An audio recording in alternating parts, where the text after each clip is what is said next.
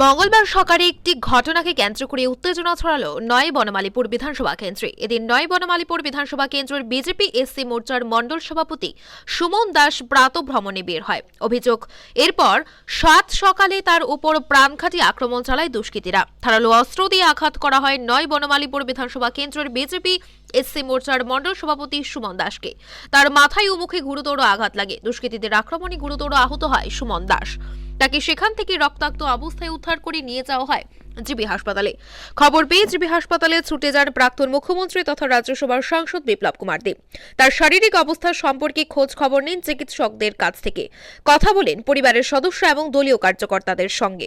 পরে নয় বনমালীপুর বিধানসভা কেন্দ্রের বিজেপি এসসি মোর্চার মণ্ডল সভাপতি সুমন দাসের উপর দুষ্কৃতীদের আক্রমণের ঘটনা প্রসঙ্গে প্রতিক্রিয়া ব্যক্ত করতে গিয়ে সাংসদ বিপ্লব কুমার দেব বলেন, জনগণের আস্থা হারিয়ে চরম হতাশাগ্রস্ত কমিউনিস্ট ও কংগ্রেস আশ্রিত সন্ত্রাসীরা বনমালীপুর মণ্ডলের তফসিল জাতি মোর্চার সভাপতি সুমন দাসের উপর প্রাণঘাতী হামলা চালায়।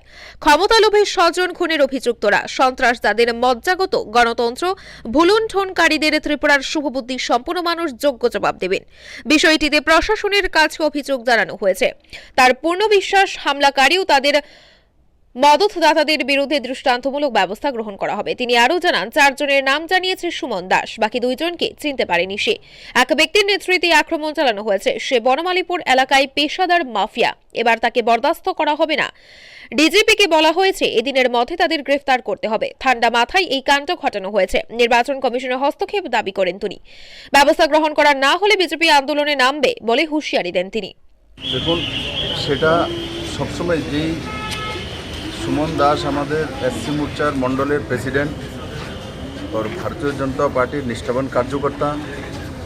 আজকে সকালে যখন সে মর্নিং ওয়াকে বেরিয়েছে তখন 4 জনের নাম সে উইকেট হওয়ার পরও 4 জনের নাম বলেছে বাই নেম, আর 2 জন ওর পেশাদারি ছিল।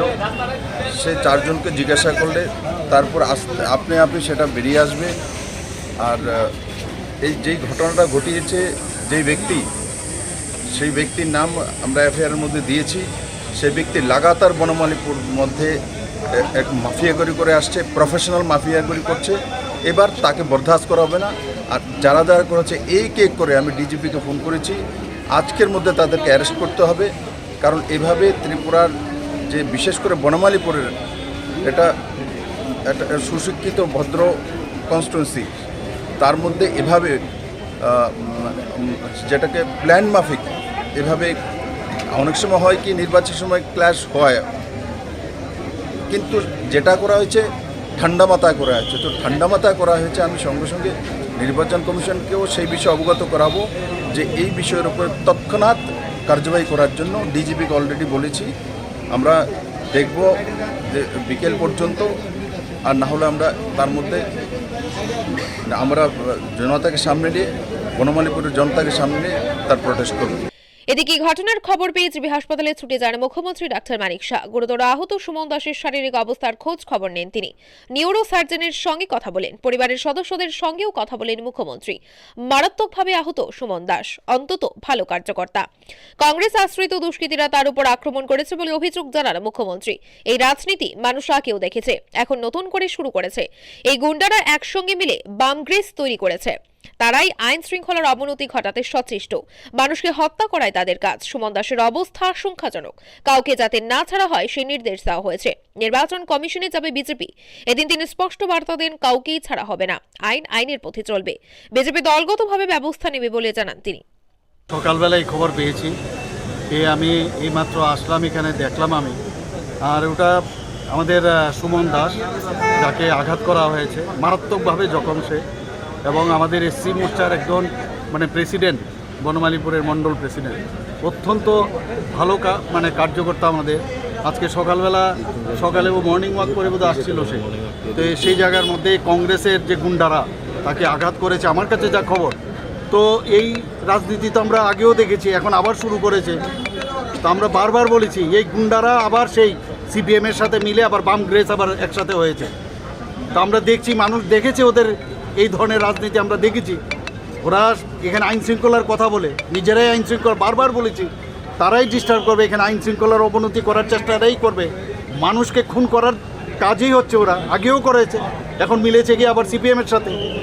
তো আজকে আমি যা দেখলাম ওকে এসে আশঙ্কাজনক অবস্থায় আছে, ম্যাক্সিলা ফ্র্যাকচার হয়ে গেছে, জাইগোমেটিক ফ্র্যাকচার হয়েছে, জাইগোমেটিক বোন, অরবিটাল ফ্র্যাকচার হয়েছে রূপের।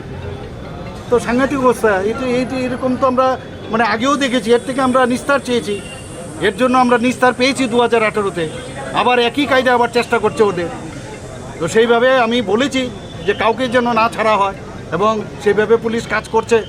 নির্বাচন কমিশন দেখবে, আমরা যাব, আমাদের পার্টির লোকরা যাবে সেখানে, এবং কাউকে কোনো অবস্থায় ছাড়া হবে না।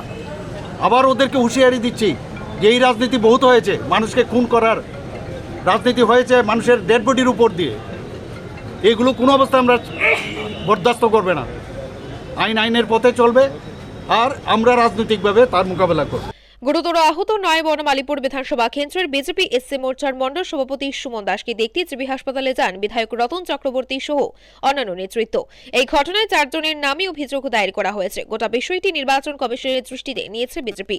নির্বাচনের আগে এই ধরনের প্রাণঘাতী আক্রমণের ঘটনাকে কেন্দ্র করে গোটা বিধানসভা জুড়ে উত্তেজনা ছড়িয়েছে।